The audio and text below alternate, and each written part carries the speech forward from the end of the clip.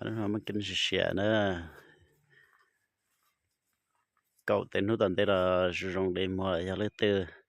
ở ba cho để mua lúc xếp biết cho nó vậy ba tao nữa ba xong đợi chờ hôm nào ta xin nè để mua là khai xong rồi lại tới là nhóm gì đó sẽ là khai xin nè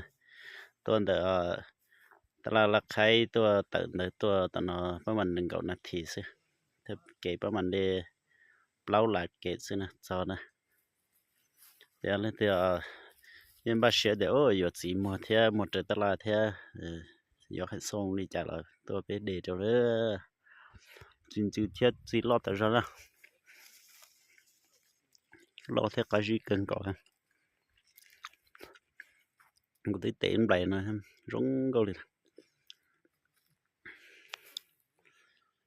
chỉ chết đa vô lên nào xin